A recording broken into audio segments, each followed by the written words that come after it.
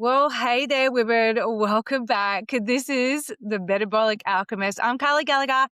Today, I'm talking about bones. Now, I know not the sexiest topic, right? But here's what I wanted to do in this episode. I keep seeing the same thing happen in coaching and in clinic and online when women continue to be told that just take calcium for your bones and you'll be okay. Or they're handed a supplement without any explanation on how bone health actually works. And on the flip side, women are being frightened into thinking their skeleton is about to fall apart when they hit menopause, and they might be perfectly fine. So I'm not here to scare you. I'm not here to tell you that every single woman over 40 needs to be on a bone supplement protocol. That's not how it works, guys. And you know me.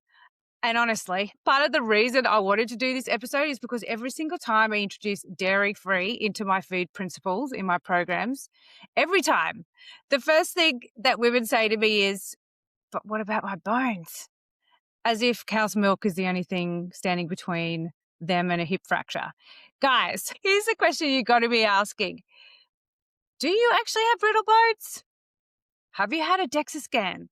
Or are you just repeating something that the dairy industry has been telling us for decades? Because here's the truth. You can get more bioavailable calcium from a cup of cooked kale, a tin of sardines with the bones, some almonds, sesame seeds, or some good bone broth than you can from a glass of cow's milk. I know. All of those foods come without the inflammatory casein protein that I remove for a reason in my protocols. So for the record, I'm not anti-dairy across the board, guys. I love goat cheese. I love sheep's cheese. And even for those who want cow's milk, A2 cow's milk is fine. So no, going dairy-free is not going to destroy your skeleton. What I'm here to do today is give you the knowledge so you can make the informed decision about your own body. Because if you're going to go through menopause, or if you do have a bone density issue, a legit one, or if it runs in your family and you want to be proactive, which I love, by the way, the advice most women are getting is completely outdated, incomplete, and in most cases, potentially doing you more harm than good.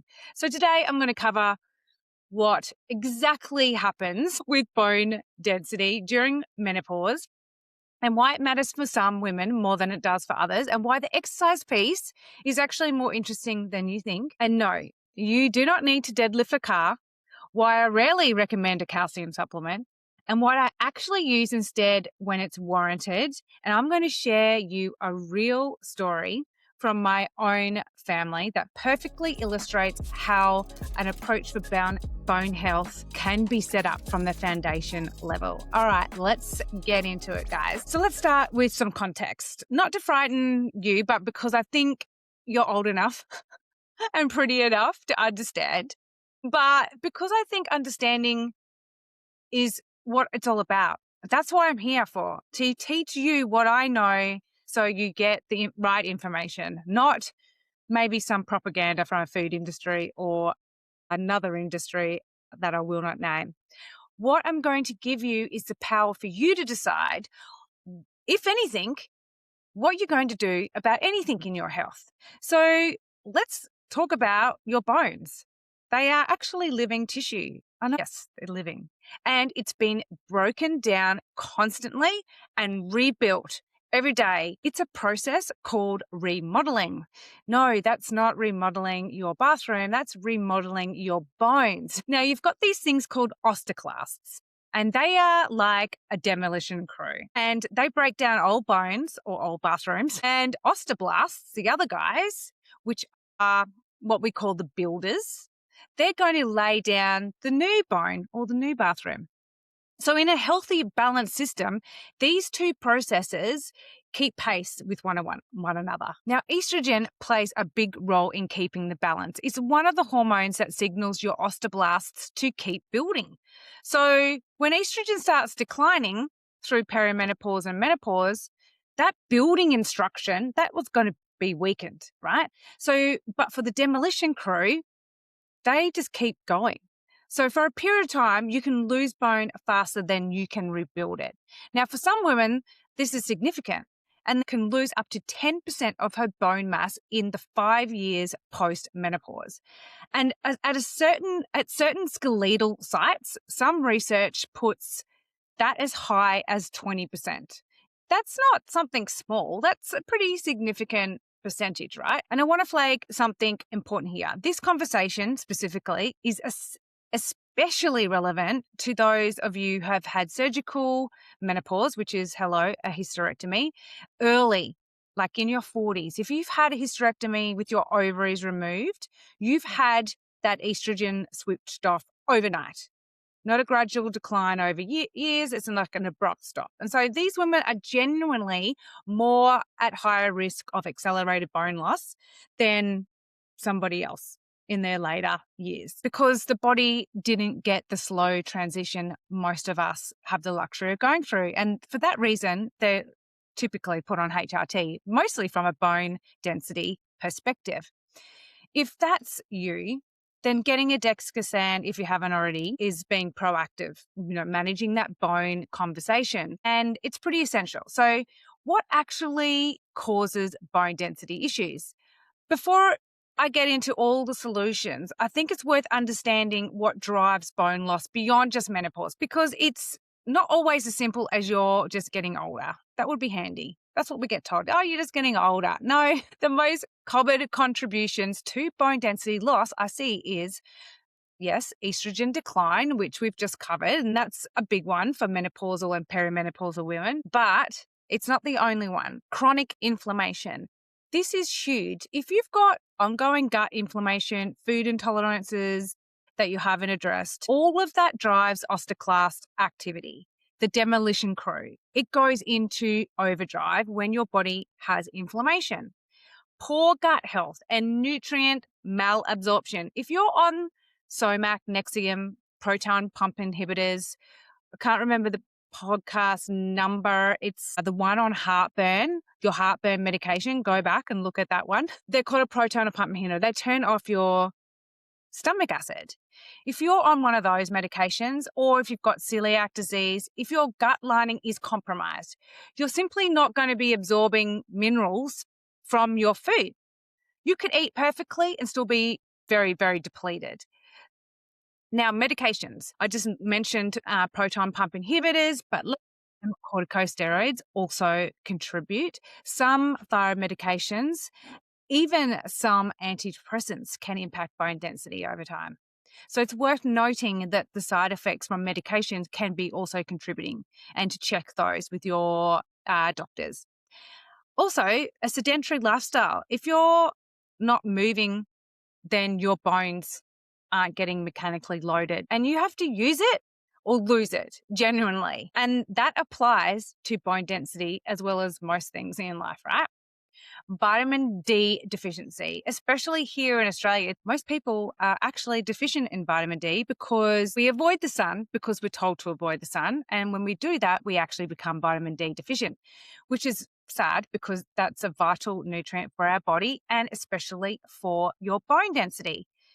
Low body weight and under eating. And this one people don't really talk about enough. Women who have chronically under eaten and dieted also have a higher risk of bone density issues, especially those who have had eating disorders, anorexia, or other forms of underweight or undercalorie sufficiency. And that's why I love food.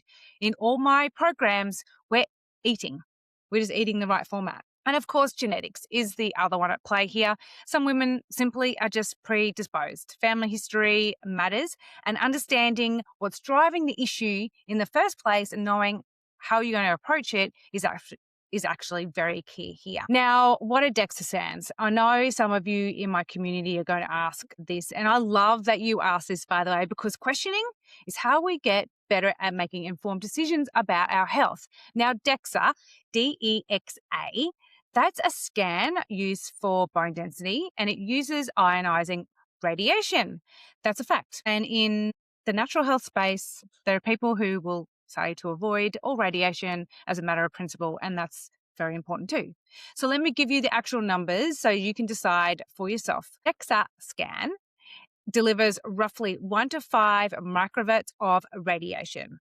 And for context, a standard X-ray delivers about 20 to 50 microwatts, and a CT scan is like 2,000 to 10,000. And flying from Sydney to London exposes you to about 50 to 100 microwatts of cosmic radiation. And we're absorbing cosmic radiation every day, about 5 to 8, in fact, per day, just existing on planet Earth from our natural background. So a DEXA scan is genuinely one of the lowest radiation medical imaging procedures out there, less than a day's worth of natural radiation.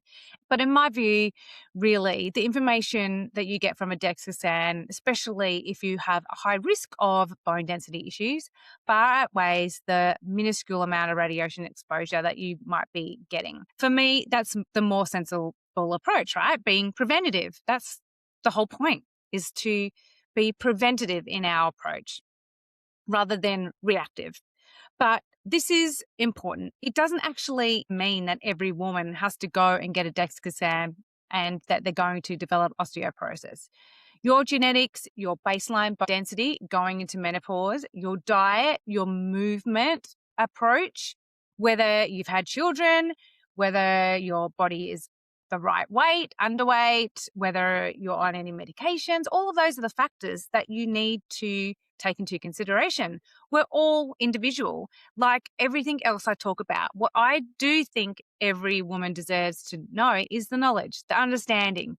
And that's exactly what I'm talking about today.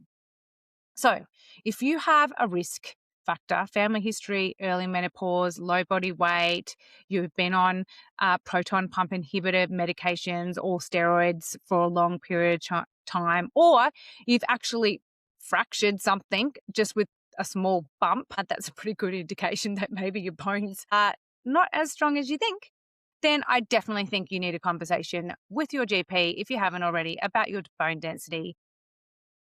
Now, here in Australia, about 23% of women over 50 have osteoporosis. And when you include osteopenia, which is the stage before osteoporosis, the numbers go a little bit higher. But that still can mean that the majority of women don't have any clinical bone issues at all. So it isn't about assuming you have a problem.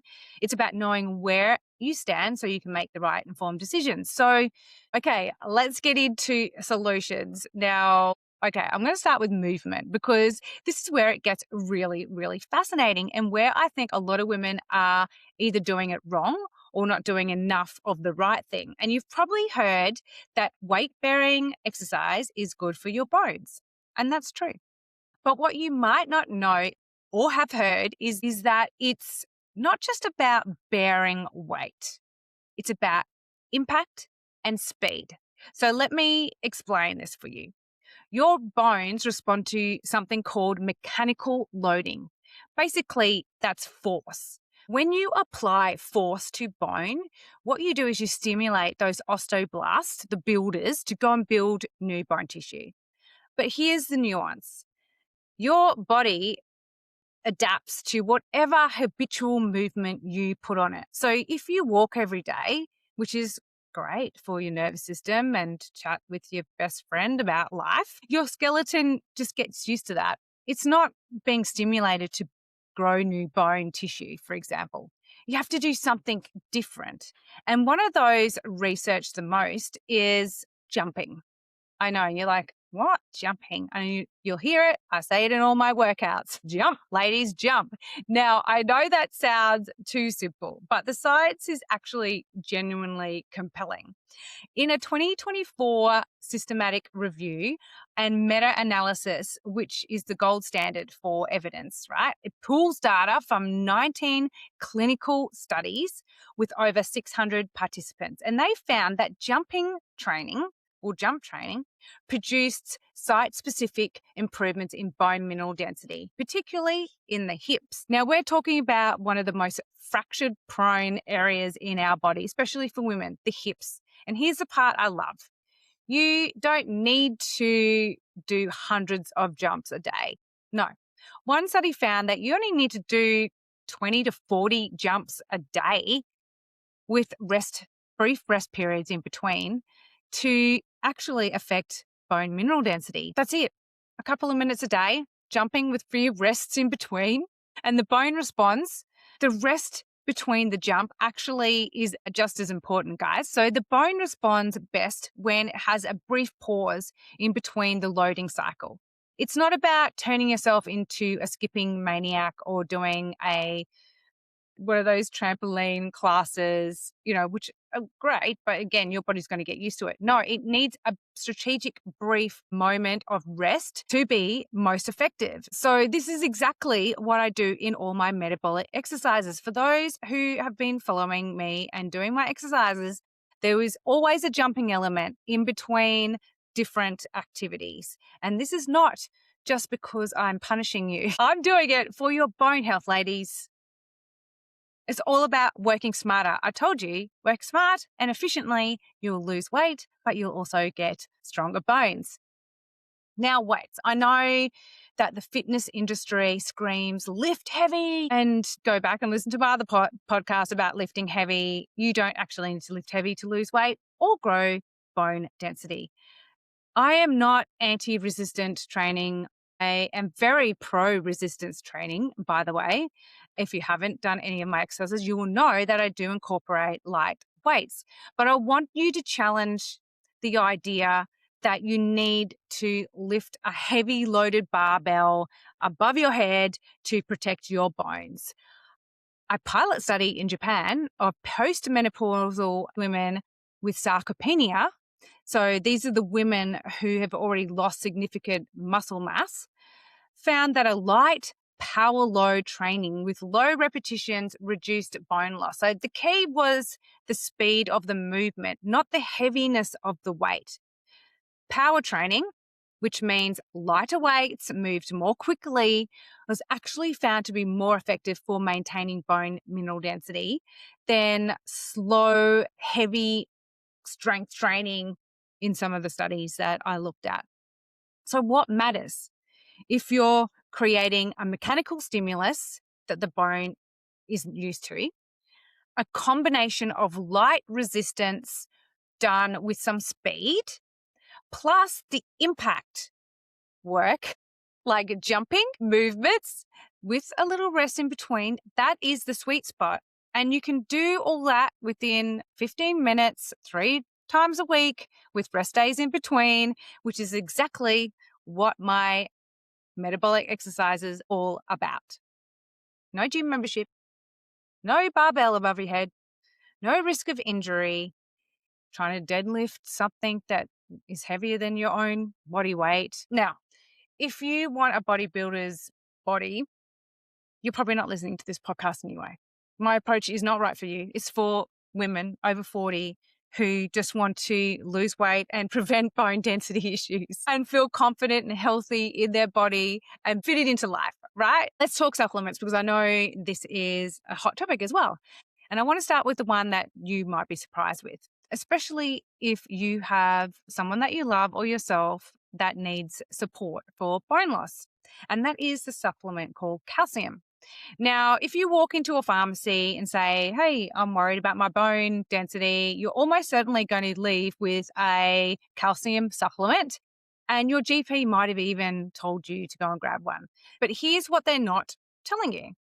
A major observational study by the Multi-Ethnic Society of Atherosclerosis, following 5,500 adults for a decade, found calcium supplementation had a 22% higher risk of developing coronary artery calcification. What? So that's the calcium building up in the walls of your arteries, not in your bones. That is shocking, right? That's a big risk just by taking a supplement, right? Meanwhile, and this is the important part, people who got their calcium from food showed no increased risk of atherosclerosis. So in fact, higher dietary calcium was associated with less atherosclerosis than calcium supplementation. So the same mineral taken in 2 different ways produces opposite outcomes. Why is this?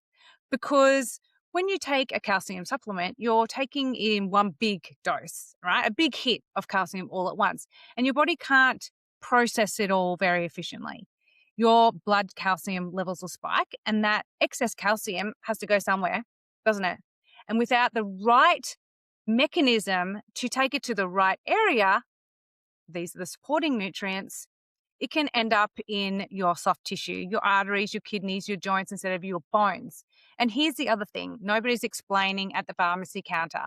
The form of calcium actually matters enormously.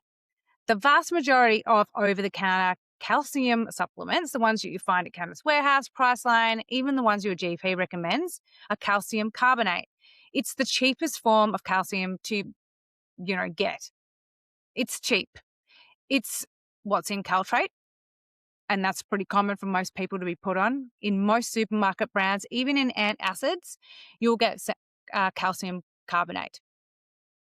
Now, calcium carbonate contains about 40% of elemental calcium, which sounds pretty impressive on the label, 40%, but it requires significant stomach acid to break this down and absorb it.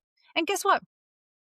Most women over 40, especially those who are on proton pump inhibitors like Nexium and Somac, they don't have great stomach acid, especially those with hypothyroid. Stomach acid, down.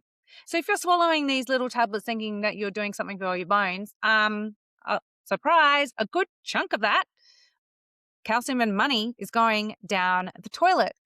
Now, calcium citrate is a step up. It doesn't need stomach acid for absorption. It's better for women with digestive issues in particular. But neither of those forms, carbonate or citrate, are what your body actually needs in the bones. It's not what actually make up your bones. The form you want to look for is in practitioner grade bone formulations. And it's called calcium hydroxyapatite or apartheid. Anyway, it's hydroxyapatite, not apartheid. And this is actually the form of calcium that exists in your bones. It's sourced from whole bone. Surprise, surprise. So it's naturally coming with phosphorus, type 1 collagen, and all the trace minerals in the same ratio as living bone. Now, research has shown that it produces significantly smaller spikes to your blood calcium level compared to a carbonate and citrate, which means that less of that's going to end up in your arteries. Surprise, surprise. And in one study, women who were taking the hydroxy form of calcium with the vitamin D3 showed a significant increase in bone thickness, while women taking just calcium carbonate with vitamin D didn't. So when I talk about calcium not being the hero, I'm specifically talking about the type of calcium, the cheap formats, the isolated calcium carbonate that most women are being given. The form of calcium in the right context combined with the right cofactors, that's a completely different conversation entirely. Calcium also from our food, on the other hand, comes in slowly in small amounts, packed with other minerals and cofactors that help your body use it properly. So that form is also very good for bone density. Now, am I saying that calcium doesn't matter? Absolutely not. Calcium is essential for our bones, but unless your blood work shows that you're actually deficient in calcium, and honestly, most women eating a reasonable diet with the right foods, calcium-rich foods like green leafy veggies, sardines, almonds, bone broth, etc., they're getting adequate dietary calcium. Adding a standalone calcium supplement on top of that might not actually be helping at all. And it could be causing more problems that you can't actually see. So what I focus on instead are the nutrients that actually direct calcium to where it needs to go in your bones, not the arteries.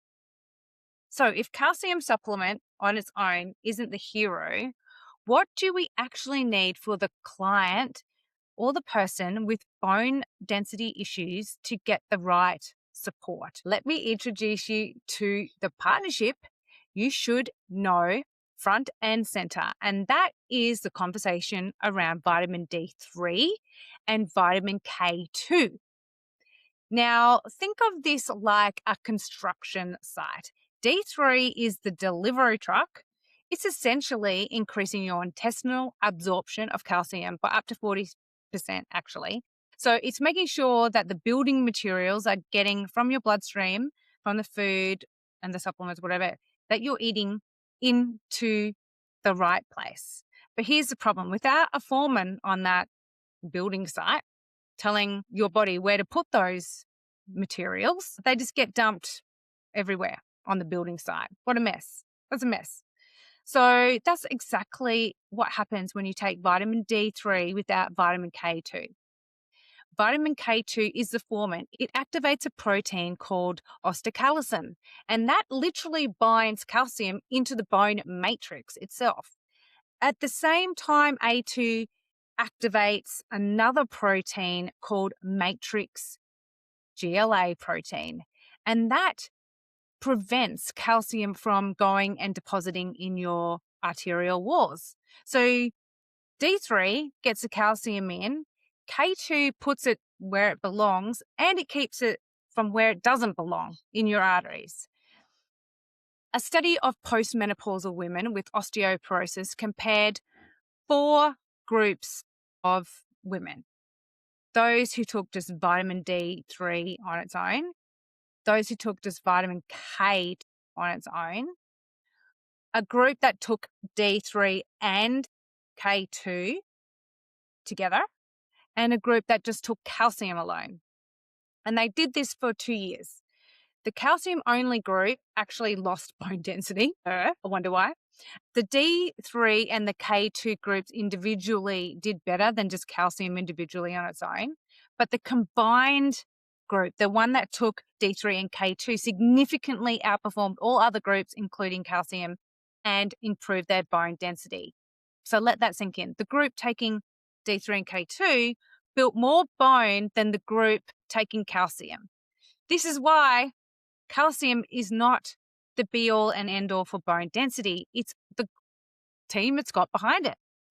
This is exactly how the Japanese populations that consume high amounts of natto, which is a fermented soybean food, is actually the highest food group or food source of K2 on the planet.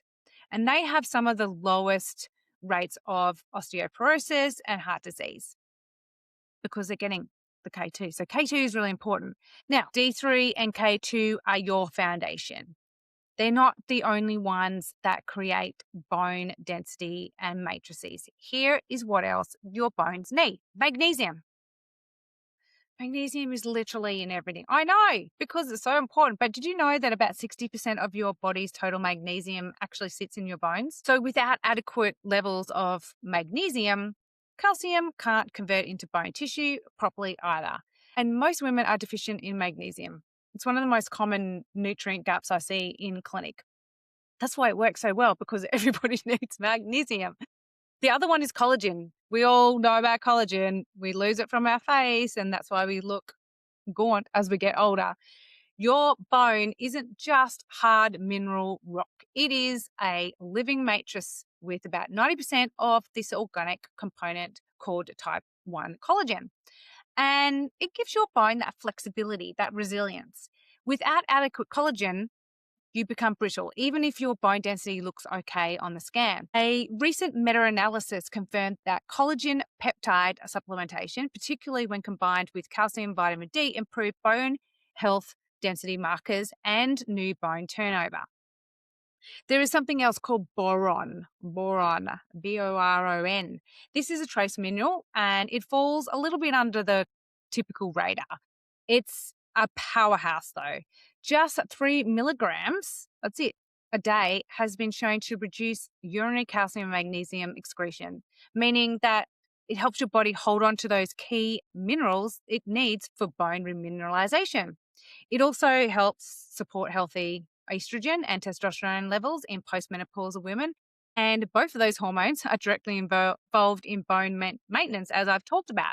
So boron essentially supercharges the effectiveness of calcium, magnesium, and vitamin D. No boring boron anymore. Now, silicon. This is one of the emerging ones in research. In fact, it helps form collagen, within the bone matrix. Dietary silicon intake has been associated with higher bone mineral density. So this is a good one where you can get it from green beans, bananas, whole grains. And the last one is the omega-3 fatty acids, which we love. We love omega-3s.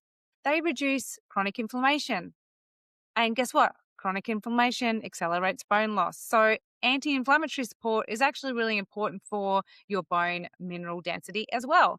They go hand in hand. So when I say I don't just give calcium, I mean I don't give cheap isolated carbonate. What I actually build is a complete bone stack. And a good practitioner with a good practitioner only brand formulas already combines these nutrients in one product. Calcium as hydroxy, vitamin D3, vitamin K2, magnesium, boron, and trace minerals all together. So you'll need a good practitioner only brand. That's what you want. That's what I recommend for my clients who have got a known bone density issue concern. So the stack looks like this. Calcium hydroxy as the structural base, D3, K2 working together to absorb it and direct it, magnesium supporting the mineralization process, collagen for the bone matrix, and boron to hold all those minerals and support your hormones to preserve it, and then our omega-3s to offset any inflammation.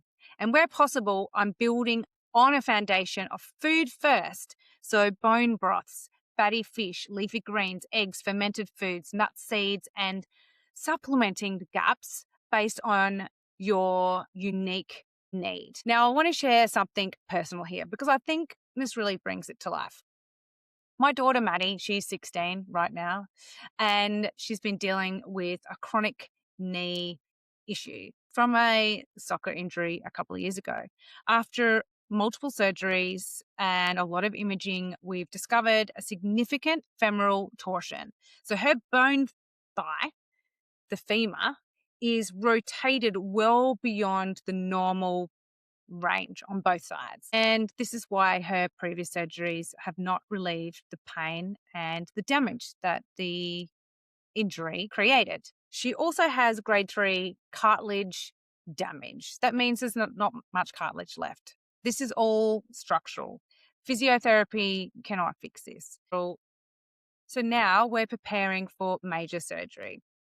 A femoral derotation osteotomy combined with a ligament reconstruction. That's a little bit of a mouthful.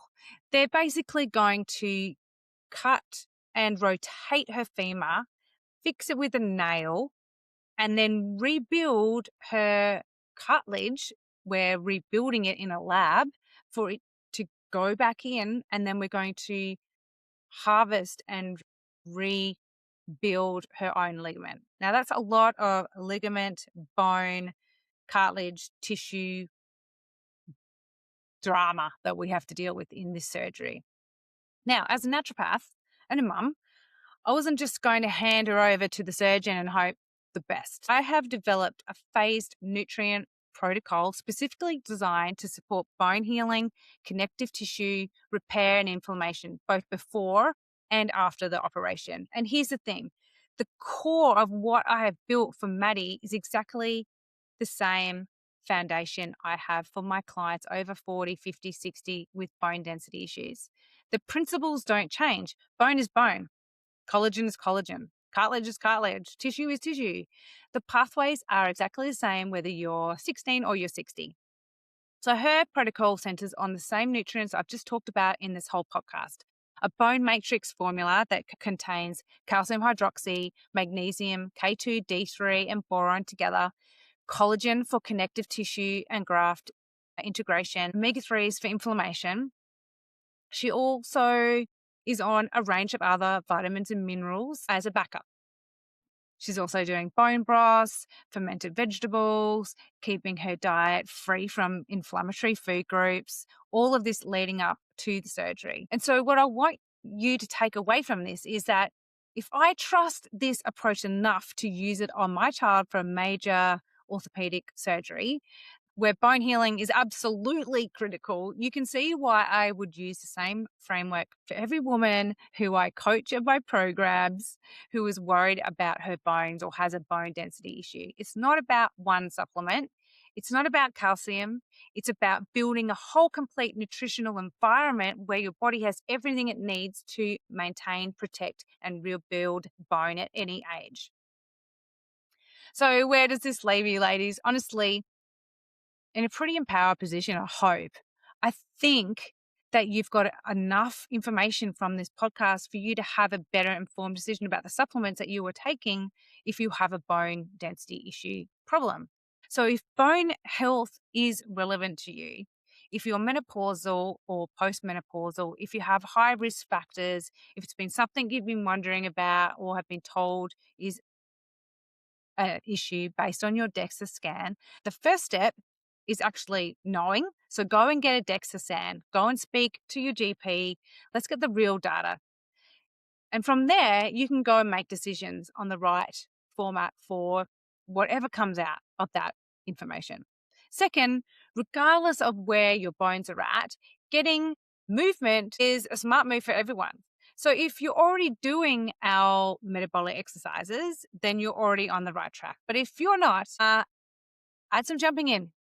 Hard jumping, sharp, fast, rest. Literally 20 to 40 of them done every day. Surprise yourself with the jumps and build up around that supporting muscle. It's free to jump, by the way. It takes only a couple of minutes and the research there is solid. Third, if you are supplementing for bone health, stop relying on calcium alone. Look at the full picture. Look at the ingredients on the bottle that you're taking. Does it include vitamin D3, K2, boron? Does it have the right format of calcium? Are you getting enough D anyway? Are you getting enough K at all? How is your magnesium levels? Are you eating enough collagen-rich foods? Or are you supplementing with collagen peptides? These are all questions that actually matter. And fourth, look at your gut, ladies, because here's the thing I come back to every time in every episode, in all my foundation. You can take every supplement in the world, but if your gut isn't absorbing nutrients properly, none of that matters. You're just pissing it down the drain. Sorry to be crass about it, but you're ripping up money on supplements when you're not absorbing them. If you're on a proton pump inhibitor, fix the problem rather than take an antacid. If you have inflammation in your digestive tract, if your gut lining is compromised, those beautiful bones that you have supporting your body are not getting the nutrients they need anyway. So go and work on your gut. The gut is always the foundation. We fix that first. And if you want help putting all of this together, the exercise, the nutrition, the testing, the gut protocols, whatever it is, that's exactly what I do in my programs. In Metabolic Magic, this is where you get the coaching. It's woven into my whole methodology of weight loss because bone health isn't a separate project. It's actually part of your metabolic health. It's all connected. All right, beautiful. That's it from me today. If this episode gave you a different perspective on bone density, please share it with someone that you love. Maybe a friend, a sister, a loved one, mother, anyone who's taking calcium supplement, because everybody deserves to have this information and stronger bones. That's it from me. Until next time, take care. And that's a wrap. Phew. If something clicked for you today, I've got all the links to my favourite products, supplements, and exactly where to buy them waiting for you in the show notes. Just head to the show notes for the links to those pages or my website, inner-alchemy.com.au, and let's turn those frustrating symptoms into your comeback story. Thanks for sticking around. I'll see you in the next episode.